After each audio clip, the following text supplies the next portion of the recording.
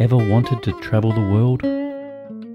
Alright, I'm currently in Chiang Mai and I'm with Greg Goodman. Greg, how long have you actually been in Chiang Mai for? I've been here for 2 months. This is the third time I've been here. So a few years ago I was here for a few weeks, a few months ago I was here for a few weeks, and now I've officially been living here for 2 months. And Chiang Mai, there is a big expat community, isn't there? You were mentioning before, digital nomads, there's retired people. Can you tell me a bit more about the expat community? Well, as you said, a large part of it is the digital nomad community, people from all over the world who come here for a wonderful place to work, to have access to internet, which is really all you need nowadays to have a successful business. It's a wonderful community. I walk down the street, I go to my favorite coffee shop, I see 4 people I know, I sit down at a table and we all have our laptops out and a coffee in front of us and we're just sitting there working all afternoon. And I suppose one of the big things is price, isn't it? And to live here, how cheaply can someone live in Chiang Mai, say monthly costs? It depends what you're looking for. If you want a little studio apartment, you can probably get it for about $100 a month.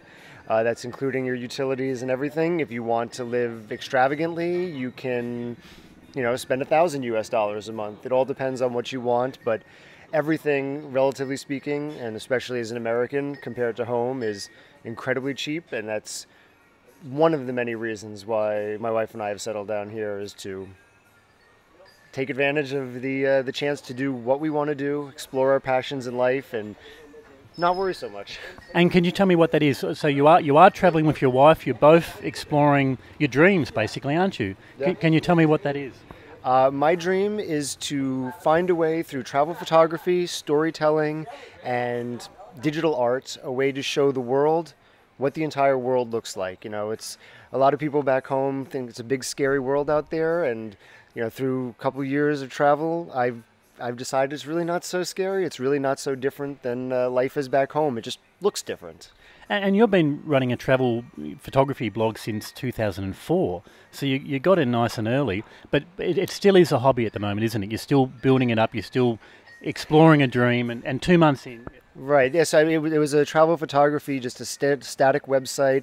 I put a blog in maybe 2008, but it's really been about a year and a half that I've really been growing it and trying to turn it into a virtual trip around the world through photography, again through stories, through video, and just trying to show that we live in a wonderful place, and everywhere you go in this world is wonderful.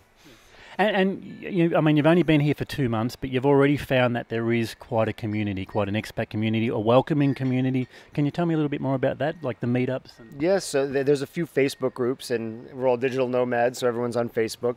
So pretty much a couple days after I arrived, I saw a post from some other fellow travel blogger who was new in town and said, "Hey, I'm here. Anybody want to get together?" Next thing I knew, later that night, there was about 15 of us sitting around having burritos and cervezas at the Mexican restaurant, and we're all just getting to know each other. And these things happen all the time, and as it gets closer to the high season, we're going to have more and more folks coming in, staying for a few months, staying for a few years, staying for a few hours, and everybody who comes in just wants to get together with the people that we follow on Twitter. And Greg, your website, can you tell me what your website is? It's adventuresofagoodman.com.